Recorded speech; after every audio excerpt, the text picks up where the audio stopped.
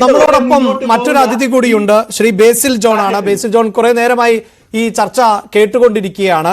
ഈ ചർച്ചയുടെ പാനലിന്റെ ഒരു സ്വഭാവം നമുക്കറിയാം. വിവിധ രാഷ്ട്രീയ പാർട്ടികളുടെ പ്രതിനിധികളോ സഹയാത്രികരോ ആണ് ഉള്ളത്. ബേസിലിനെ സംബന്ധിച്ചിടത്തോളം ബേസിൽ ഈ മുഖ്യധാര രാഷ്ട്രീയ പാർട്ടിയുടെ ഭാഗമായിരുന്നു. പിന്നീട് അതിൽ നിന്ന് അടർന്നു മാറുകയും ഒരു പ്രദേശത്തെങ്കിലും ബേസിലിൻ്റെതായ തരത്തിൽ തെരഞ്ഞെടുപ്പിന് നേരിടുകയും വിജയിക്കുകയും ഒക്കെ ചെയ്തിട്ടുള്ള വ്യക്തി കൂടിയാണ്. ഞാൻ മനസ്സിലാക്കുന്നിടത്തോളം ഇത്തരം ചില രാഷ്ട്രീയ പുഴുക്കുത്തുകൾ മുഖ്യധാരാ രാഷ്ട്രീയ പാർട്ടികളെ നേരിടുന്നു എന്നതുകൊണ്ട് അതിനോട് വിമുഖത കാണിച്ചിട്ടുള്ള ആളാണ് ബേസിൽ എന്നുള്ളതാണ്. ബേസിലിനെ പോലെ ഒരു സമൂഹത്തിൻ്റെ പ്രതിനിധി എന്ന നിലയിൽ, ഒരു യുവാവ് എന്ന നിലയിൽ ഈ രാഷ്ട്രീയ പാർട്ടികളെ വിലയിരുത്തുമ്പോൾ ഈ സാഹിത്യകാരന്മാരുടെ, അതായത് മലയാളത്തിൻ്റെ അഭിമാനമായ MTയും മുകുന്ദനുമൊക്കെ പറഞ്ഞു വെക്കുന്ന വിമർശനങ്ങൾ എത്രത്തോളം പ്രധാനപ്പെട്ടതാണ് ബേസിൽ? ഇവരെ പറയുന്ന കാര്യങ്ങളെല്ലാം ഒരു രാഷ്ട്രീയപരമായ കാര്യങ്ങളെ പറ്റി ഇവർ ചർച്ച ചെയ്യുന്നുണ്ട്. പക്ഷേ MT വാസുദേവൻ നായർ ഒരു സാധാരണ വ്യക്തിയല്ല. നമ്മുടെ കേരളത്തിന്റെ സാമൂഹിക മേഖലയിൽ അല്ലെങ്കിൽ സാഹിത്യ മേഖലയിൽ വളരെയധികം ഉന്നത ശ്രേണി നിൽക്കുന്ന ഒരു വ്യക്തിയാണ്. ബഹുമാനപ്പെട്ട മുഖ്യമന്ത്രി, ക്ഷിപ്രകോപിയായ മുഖ്യമന്ത്രി വേദിയിൽ ഇരിക്കുമ്പോൾ ആ അഭിപ്രായം അദ്ദേഹം പറയണമെങ്കിൽ അദ്ദേഹത്തിന്റെ മനസ്സിലെ വികാരം അല്ലെങ്കിൽ മനസ്സിൽ എത്രത്തോളം സമ്മർദ്ദം ഉണ്ടായിട്ടാണ് അദ്ദേഹം അങ്ങനെ ചുരുക്കം ചില വാക്കുകൾ പറഞ്ഞതെന്ന് നമ്മളൊന്ന് ആലോചിച്ച് നോക്കുക.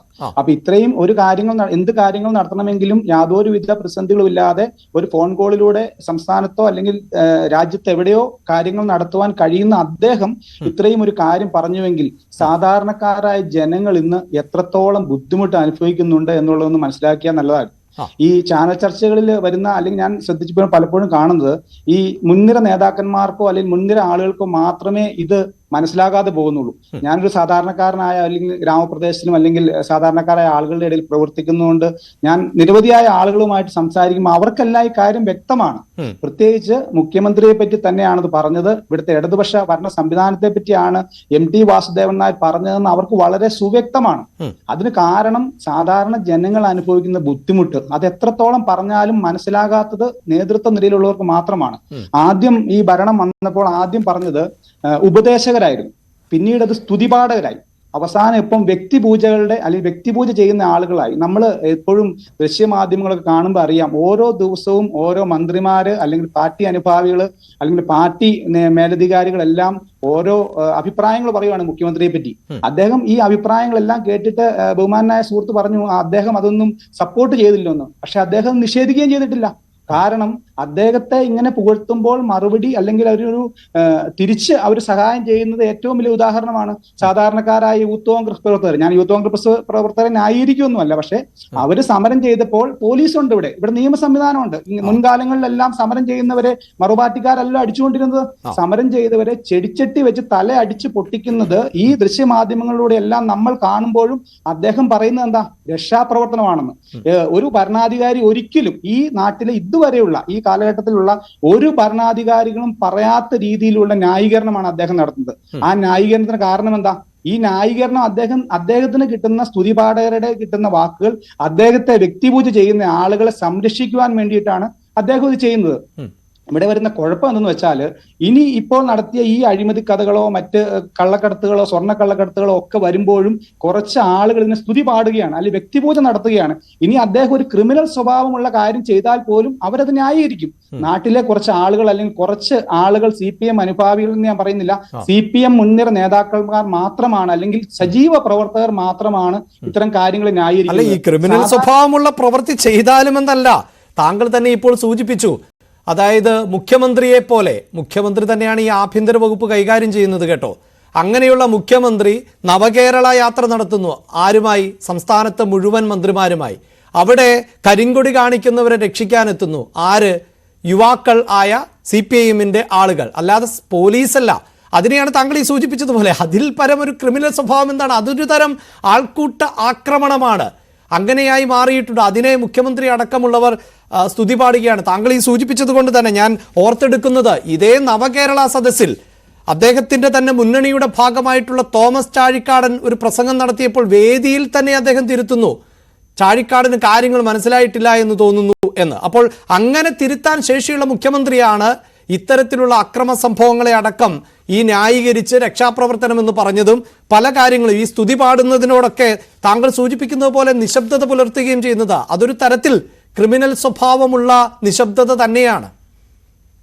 ശരിക്കും അതെ, തെറ്റ് ചെയ്യുന്ന പോലെ തന്നെ തെറ്റ് ചെയ്യാൻ പ്രേരിപ്പിക്കുകയാണ് ചെയ്തത്. പക്ഷെ ഇവിടുത്തെ സംവിധാനത്തിൽ ആര് പറഞ്ഞാലും പോലീസ് കേസെടുക്കില്ല. കാരണം ഇന്നത്തെ ഒരു സാധാരണ സംവിധാനത്തിൽ ഒരുപക്ഷെ എല്ലാവർക്കും അറിയാവുന്ന ഒരു കാര്യമാണ്, ഒരു സാധാരണക്കാരന് നീതി ലഭിക്കുന്നില്ല ഇവിടെ. അത് നമ്മളൊരു ഗ്രാമപ്രദേശങ്ങളിലോ അല്ലെങ്കിൽ ഒരു പോലീസ് സ്റ്റേഷനിലോ ചെന്നാൽ നമുക്ക് അറിയാൻ പറ്റും. അവിടെ ചെന്ന് കഴിഞ്ഞാൽ കുറ്റം ചെയ്യുന്നവര് നീതിമാന്മാരായും ഒരു കുറ്റം ചെയ്യുമ്പോൾ അതിന്റെ വിഷമത അനുഭവിക്കുന്ന ആളുകൾ കരഞ്ഞുകൊണ്ട് കേസ് കോംപ്രമൈസ് ആകേണ്ട അവസ്ഥ വന്നിരിക്കുക. അപ്പം നീതിയുടെ ഒരു അവസ്ഥ നമുക്ക് കിട്ടുന്നില്ല. അത് മാത്രമല്ല, ഓരോ കാര്യങ്ങളും പറഞ്ഞു വന്നാൽ ഈ സ്തുതിപാഠകർ ഉള്ളത് കൊണ്ടാണ് ഈ നാട്ടിൽ സഹകരണ ബാങ്കിലും സഹകരണ മേഖലയിൽ നടന്ന അഴിമതി നടന്ന കോടിക്കണക്കിന് രൂപ സാധാരണക്കാരനായ ആളുകളെ ലൂട്ട് ചെയ്ത് പോയിട്ടും അതിനെതിരെ ഒരു ശക്തമായ നിലപാടെടുക്കാൻ അവർക്ക് സാധിക്കാത്തത്.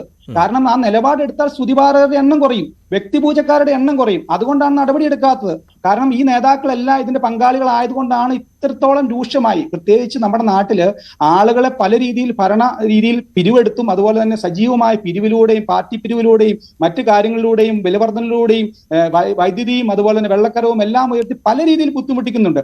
അതിനുശേഷമാണ് ചെയ്യുന്നത് സാധാരണക്കാരായ ആളുകൾ സ്വന്തം കുടുംബത്തിന്റെ ആവശ്യത്തിനോ സ്വന്തം ചികിത്സയുടെ ആവശ്യത്തിനോ ഒക്കെ വേണ്ടി ബാങ്കിൽ, പ്രത്യേകിച്ച് അവർക്ക് ഏറ്റവും വിശ്വാസ്യത ഉണ്ടായിരുന്ന ഏറ്റവും നന്മയായി നിന്ന സഹകരണ ബാങ്കുകളിൽ കൊണ്ട് പൈസ ഇടുന്നത്.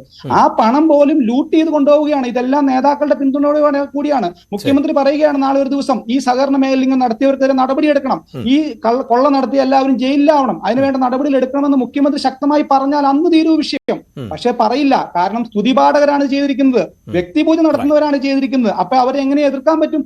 അത് എതിർക്കാത്തത് കൊണ്ടാണ് അഴിമതി ഇങ്ങനെ മുൻപോട്ട് പോകുന്നത്. ഞാനിപ്പം മുഖ്യമന്ത്രിയായിട്ട് ഉപമിക്കുമെന്നോ അല്ലെങ്കിൽ ഞാനിങ്ങനെ പെട്ടെന്ന് ഈ ചർച്ചയിൽ ഓർക്കിയത് ഗുർമീത് സിംഗ് ഹരിയാനയിൽ, അദ്ദേഹം 2 കോടി അണികളുള്ള ആളാണ്. അദ്ദേഹം എന്ത് ചെയ്താലും അത് സ്തുതിപാഠകർ പാടിക്കൊണ്ടിരിക്കുകയാണ്. അദ്ദേഹം എന്ത് തന്നെ കാര്യങ്ങൾ ചെയ്താലും എന്ത് ക്രൂരകൃത്യം ചെയ്താലും സ്തുതിപാഠകരും വ്യക്തിപൂജക്കാരും പൂജിച്ചുകൊണ്ടേയിരുന്നു. അദ്ദേഹത്തിന്റെ അവസ്ഥ അവസാനം അറിയാലോ. ഞാൻ ഇനി ചർച്ചയിൽ വന്നിട്ട് മുഖ്യമന്ത്രി അദ്ദേഹമായിട്ട് ഉപമിച്ചു എന്നൊന്നും പറയരുത്, കാരണം ഞാൻ അത് ഉദ്ദേശിച്ചല്ല പറഞ്ഞത്. പക്ഷേ സാഹചര്യം അങ്ങനെ ആയിത്തീരും. മുഖ്യമന്ത്രി അല്ലെങ്കിൽ അടുത്ത വരുന്ന നേതാവ് അങ്ങനെ ആയിത്തീരും.